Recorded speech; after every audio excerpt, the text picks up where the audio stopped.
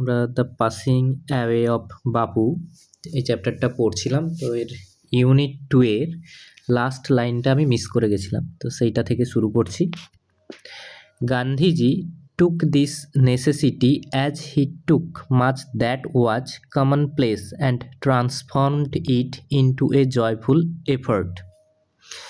গান্ধীজি এই প্রয়োজনীয়তাটাকে, অর্থাৎ যে হেঁটে বেড়ানো, হেঁটে বিভিন্ন জায়গায় ঘোরা, এই প্রয়োজনীয়তাটাকে গ্রহণ করেছিলেন, ঠিক যেমন তিনি সাধারণ বা গতানুগতিক আরও অনেক কিছুকেই গ্রহণ করতেন এবং সেগুলোকে একটি আনন্দময় প্রচেষ্টায় রূপান্তরিত করতেন। এরপরে আমরা চলে যাব ইউনিট 3-তে।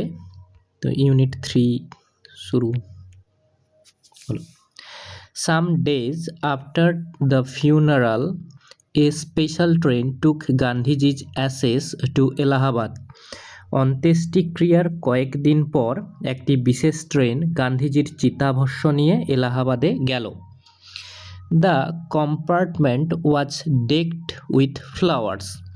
ট্রেনের কামরাটি ফুলে ফুলে সাজানো ছিল। ডেকড মানে ডেকোরেশন বা সাজিয়ে রাখা, কম্পার্টমেন্ট মানে ট্রেনের কামরা। People on the train স্যাং bhajans. ট্রেনের যাত্রীরা ভজন গাইছিলেন। People did not weep anymore, for they could feel Gandhiji's presence amid the flowers and the songs. তো কি বলছে যে মানুষজন আর কান্না করছিল না। কারণ কি ছিল না? কারণ তারা ফুল আর গানের মাঝে গান্ধীজির উপস্থিতি অনুভব করতে পারছিল।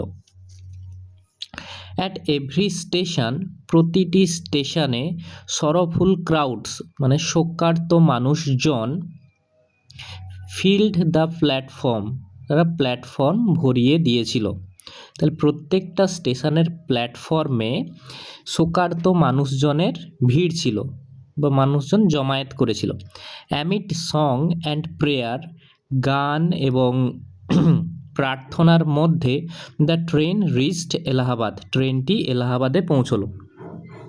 তাহলে গান্ধীজির যে চিতাভস্য বলা যেতে পারে, সেই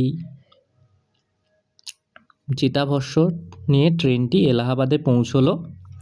the ashes were immersed in the Ganges where a huge crowd had gathered at the bank. তাহলে কী হলো না, গঙ্গার জলে চিতাভস্য বিসর্জন দেয়া হলো, যেখানে নদীর তীরে এক বিশাল জনসমাবেশ ঘটেছিল। তাহলে গ্যাদার্ড মানে এক জায়গায় জড়ো হওয়া, ব্যাঙ্ক মানে নদীর পাড়, ঠিক আছে? এখানে টাকা পয়সা রাখার কোনো ব্যাঙ্ক নয়, এখানে ব্যাঙ্ক মানে নদীর পাড়। ইমার্সড মানে বিসর্জন দেয়া হয়েছিল, কোথায় না? গ্যাঞ্জেস, গঙ্গা নদীতে। Afterwards we all went back to Delhi. এরপর আমরা সবাই দিল্লি ফিরে এলাম। তাহলে আফটারওয়ার্ডস মানে এরপর, আর ওয়েন্ট ব্যাক মানে ফিরে আসা। নেক্সট যাই আমরা। Back in Delhi I felt at sea. Delhi ফিরে এসে আমি নিজেকে দিশেহারা মনে করলাম বা আমি দিশেহারা হয়ে গেছি এরকম ভাবলাম। তাহলে ফেল্ট অ্যাট সি মানে দিশেহারা অনুভব করা, দিশেহারা হয়ে যাওয়া। I had not directly walked with Gandhiji. আমি কখনো গান্ধীজির সাথে সরাসরি হাঁটিনি।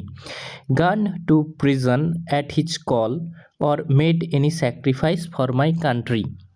তার ডাকে সাড়া দিয়ে এমনকি জেলেও যায়নি বা দেশের জন্য কোনো আত্মত্যাগও করিনি। স্যাক্রিফাইস মানে আত্মত্যাগ। মাই সিস্টার্স অ্যান্ড আই, আমার বোন মানে মাই সিস্টার্স আমার বোনেরা, অ্যান্ড আই এবং আমি, and other young people like me এবং আমার মতো অন্যান্য যুবকেরা, হ্যাড বিন মিয়ারলি অনলুকার্স, কেবল দর্শক ছিলাম। But still I felt at sea, কিন্তু তবুও আমি দিশেহারা অনুভব করছিলাম নিজেকে। I felt I had grown up within a magic circle. আমার মনে হচ্ছিল যে আমি একটি মায়াবৃত্তের মধ্যে বড় হয়েছি, ম্যাজিক সার্কেল। কেন মনে হচ্ছিল? উইথ বাপুজ পাসিং অ্যাওয়ে, বাপু মারা যাওয়ার পর বা বাপুর প্রয়াণে, I felt the magic circle had vanished. আমার মনে হলো সেই ম্যাজিক সার্কেল বা মায়াবৃত্তটি যেন অদৃশ্য হয়ে গেছে, লিভিং মি আনপ্রোটেক্টেড, আমাকে অসুরক্ষিত অবস্থায় রেখে।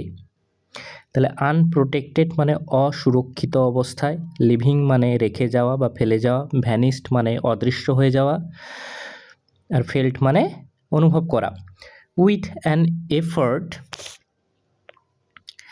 আই রাউজড মাইসেলফ, চেষ্টা করে আমি নিজেকে জাগ্রত করলাম, বা ওই যে দিশেহারা অনুভব করছিলাম সেখান থেকে আমি নিজেকে তুললাম বা ঘুরে দাঁড়ালাম। আই আস্কড মাইসেলফ, আমি নিজেকে প্রশ্ন করলাম, had Bapu lived and died for nothing, বাপু কি তবে কোনো কারণ ছাড়াই জীবন কাটালেন এবং মারা গেলেন? মানে গান্ধীজি যে মারা গেলেন তার জীবনটা কি উদ্দেশ্যহীন ছিল বা কোনো কারণ ছাড়াই তিনি মারা গেলেন? How could I so easily lose courage when he was no longer there, তিনি যখন নেই তখন আমি এত সহজে সাহস হারাই কী করে? মানে গান্ধীজি যে মারা গেছেন, আমাদের অথার বা লেখিকা যিনি, তিনি এতটাই দিশেহারা অবস্থায় ছিলেন, সেখান থেকে তিনি নিজেকে এনকারেজ করে একটা জায়গায় আনার চেষ্টা করছেন যেখান থেকে আমাদের লেখিকা ঘুরে দাঁড়াতে পারেন তার জীবনে, বা ওই গান্ধীজি মারা যাওয়ার পর যে শোকার্ত অবস্থাটা সেখান থেকে বের হওয়ার জন্য তিনি নিজেকে প্রশ্ন করছেন, নিজেকে এনকারেজ করছেন। My values were not so weak, আমার মূল্যবোধগুলো এত দুর্বল ছিল না। Millions of people would have been ordinary folk but for Bapu, Bapu না থাকলে লক্ষ লক্ষ মানুষ সাধারণ হয়েই থেকে যেত। মিলিয়ন্স অফ পিপুল, লক্ষ লক্ষ মানুষ, would have been ordinary folk, হয়ে থাকতো সাধারণ মানুষ হিসেবে, বাট ফর বাপু মানে বাপু যদি না থাকতো। He brought them out of indifference, তিনি তাদের সবাইকে বের করে এনেছিলেন কোথা থেকে? না ইনডিফারেন্স, উদাসীনতা থেকে। অ্যান্ড অ্যাওয়াকেন্ড দেম, এবং তাদেরকে জাগিয়ে তুলেছিলেন, টু ওয়ান অ্যানাদার সাফারিং, যাতে তারা একে অপরের কষ্টের প্রতি সচেতন হতে পারে। তাহলে বাপু কি করেছিলেন না, তারা যে একে অপরের কষ্টে বা দুঃখে উদাসীন থাকতো সেখান থেকে তাদেরকে তুলে এনেছিলেন বা জাগ্রত করেছিলেন যাতে তারা একে অপরের কষ্টের প্রতি সচেতন হয়। What if now Bapu is গান, বাপু চলে গেছেন তো কি হয়েছে? উই ওয়ার স্টিল দেয়ার, আমরা তো এখনও আছি। কারা আছি? না ইয়াং, তরুণ, স্ট্রং, শক্তিশালী, অ্যান্ড প্রাউড, এবং গর্বিতভাবে, to bear his banner before us, গর্বিতভাবে কী করবো আমরা? না তার আদর্শের পতাকা বয়ে নিয়ে যাওয়ার জন্য। তাহলে আমরা যারা আছি তারা হচ্ছি যুবক, শক্তি বা সামর্থ্যবান এবং গর্বিত। কিসের জন্য গর্বিত? না আমরা বাপুর যে আদর্শ সেই আদর্শের পতাকাকে বয়ে নিয়ে যাওয়ার জন্য আমরা রয়েছি এখনও। বাপু হ্যাড পাস্ট অ্যাওয়ে, বাপু বাপু পরলোক গমন করেছেন, but his India would continue to live in his children, কিন্তু তার স্বপ্নের ভারত বেঁচে থাকবে। কন্টিনিউ টু লিভ, বেঁচে থাকবে। কোথায় বেঁচে থাকবে? না ইন হিজ চিলড্রেন, তার সন্তানদের মাঝে বা পরবর্তী প্রজন্মের মধ্যে। এবার কয়েকটা শব্দের মানে দেখে নিই আমরা। ওয়ার্ড নেক্সটে যেটা আছে, ডেকড মানে ডেকোরেটেড বা ডেকোরেশন বলা যেতে পারে, সাজানো বা সজ্জিত করা। ইনডিফারেন্স মানে ল্যাক অফ ইন্টারেস্ট বা উদাসীনতা বা অনীহা, আগ্রহের অভাব। ফেল্ট অ্যাট সি মানে ওই কিংকর্তব্য বিমূঢ় বলতে পারি বা দিশেহারা বোধ করা। রাউজড মানে নিজেকে জাগিয়ে তোলা বা সচেতন হওয়া। এখানে দেখো ওই ম্যাজিক সার্কেল বলে আমরা একটা কথা পেয়েছিলাম, তো ম্যাজিক সার্কেল মানে আমরা মায়াবৃত্ত বলতে পারি, বা যেটাকে এভাবেও বলা যেতে পারে যে গান্ধীজির সুরক্ষা কবচ। ঠিক আছে, সেই সুরক্ষা কবচ যেটা গান্ধীজির আদর্শের গড়ে উঠেছিল তার মধ্যে লেখিকা নিজেকে সুরক্ষিত বোধ করতেন ওই ম্যাজিক সার্কেলের মধ্যে।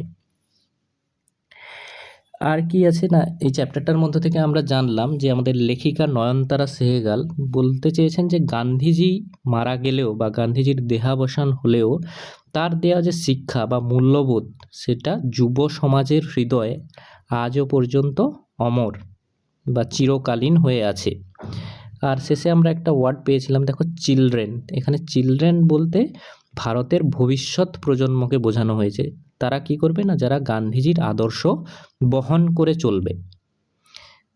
তাহলে এই চ্যাপ্টারটা তোমাদের কমপ্লিট হলো। আশা করি সবার ভালো লাগবে, সবাই বুঝতে পারবে। কারোর যদি কোনো অসুবিধে থাকে কমেন্ট করে জানাবে, আমি চেষ্টা করব সেগুলোর জবাব দেওয়ার।